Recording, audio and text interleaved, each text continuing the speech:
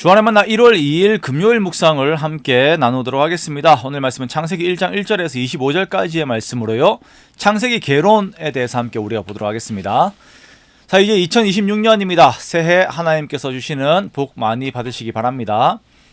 오늘부터 우리는 창세기 말씀을 함께 보게 됩니다. 이제 어제 우리 매일 성경 본문에서부터 시작이 되었죠. 그리고 오늘은 개론을 함께 보도록 하겠습니다. 창세기의 본래의 이름은 첫 어구인 베레시트입니다. 베레시트 바라 엘로힘, 이렇게 하나님이 태초에 정지를 창조하시니라, 제가 거의 유일하게 아는 히브리어입니다. 이 베레시트라고 하는 말씀의 의미는 태초에라고 하는 의미입니다. 그래서 이것은 이제 창세기는 시작, 기원, 발생의 의미를 가지고 있습니다. 자, 이렇게 창세기의 가장 처음, 즉 이제 성경의 가장 처음은 태초에 하나님이 천지를 창조하시니라 라고 하는 선언으로 시작을 합니다. 이 말씀은 모든 성경적 세계관들의 전제가 됩니다. 자, 우리가 태초에 하나님이 천지를 창조하셨다라고 하는 이 말씀이 우리 그 모든 신앙적 지식의 가장 밑바닥에 있지 않게 되면 우리들이 성경을 볼 때의 모든 내용들을 우리가 이제 믿지 못하게, 받아들이지 못하게 되지요. 모든 성경 안에 있는 하나님의 그 경륜과 즉 언약과 그 모든 것들을 이루어 나가심에 대한 내용들을 우리가 그 창조를 믿지 못하게 되면 받아들이지 못하게 됩니다.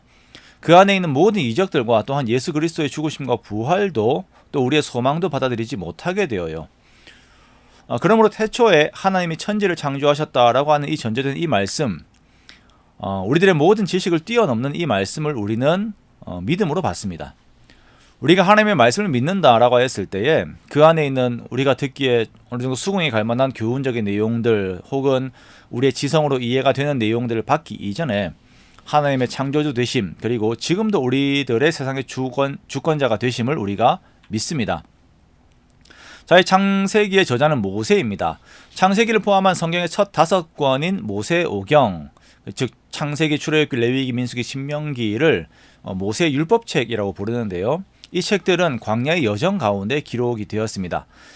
출애굽기 17장 14절에서 여호와께서 모세에게 이르시되 이것을 책에 기록하여 기념하게 하고라고 하는 말씀이 나옵니다. 그리고 신명기 31장 24절에 보면 모세가 이 율법의 말씀을 다 책에 써서 마친 후에라고 말씀을 하고 있습니다.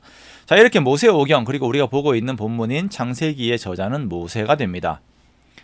창세기의 핵심 주제를 보자면 먼저 온 세상의 창조주 되신 하나님을 증거합니다.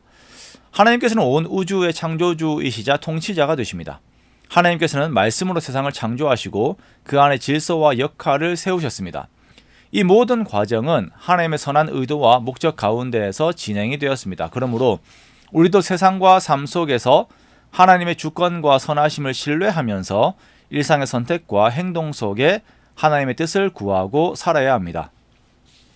자, 창세기에서 말하고 있는 그 두 번째에 대한 내용은 인간에 대한 내용입니다.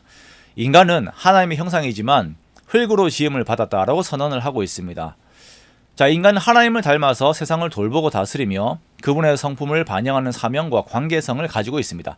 동시에 인간은 땅의 흙으로 빚어졌고 결국 흙으로 돌아가야 하는 연약하고 유한한 존재입니다. 자, 우리가 이전에 미가서를 보면서 유다 백성들을 향하여 아담아라고 부르는 것을 보았죠. 그러므로 우리들은 성도로서 나와 다른 사람들을 하나님의 형상이라고 하는 존귀함 속에서 봄과 함께 우리들의 유한성을 인정하며 항상 하나님을 의뢰하는 삶을 살아가야 합니다. 자, 세 번째는 인간의 타락과 하나님의 구원 계획에 대한 내용이 창세기에 나옵니다. 창세기는 모든 것들의 시작이 되지만 또한 인간의 죄가 시작이 되는 성경이기도 합니다.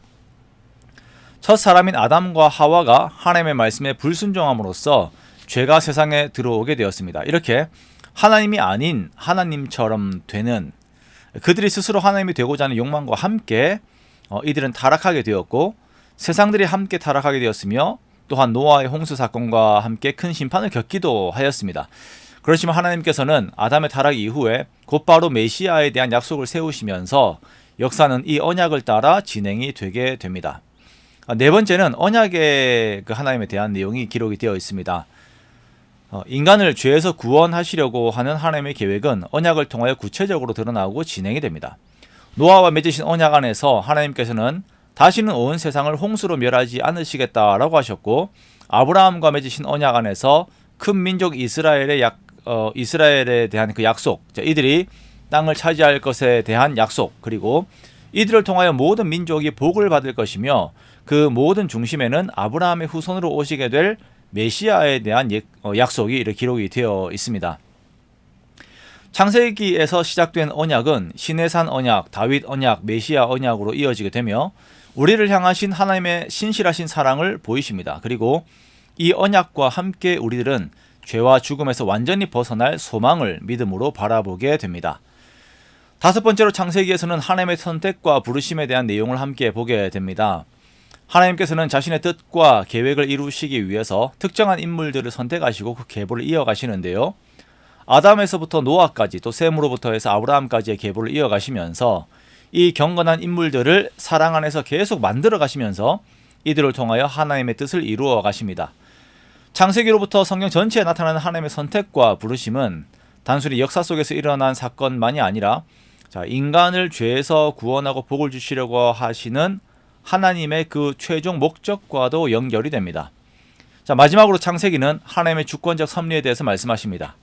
하나님은 온 세상 모든 역사와 각 개인의 삶을 주관하시는 분이십니다.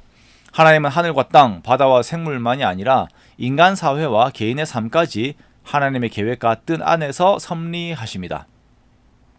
창세기에서 일어나는 모든 사건들은 우연이 아니라 하나님의 주권적 섭리 속에서 일어나는 일들이며 이러한 섭리는 인간의 자유나 선택이나 책임을 배제하지 않으면서도 결국 하나님의 뜻이 성취되도록 이끄십니다. 그러므로 우리는 하나님의 주권 아래에 있음을 감사하면서 하나님의 뜻에 합당한 삶을 살아야 할 책임을 가지고 있음을 인정해야 합니다. 이렇게 우리는 창세기를 통하여 모든 것들의 시작 그리고 그 안에 있는 하나님의 선하심에 대한 그 역사들을 보게 됩니다. 우리가 이렇게 하나님을 기대하면서 선하신 하나님을 우리가 더욱더 알고 누리는 복된 우리가 되시기를 주님의 이름으로 축원합니다.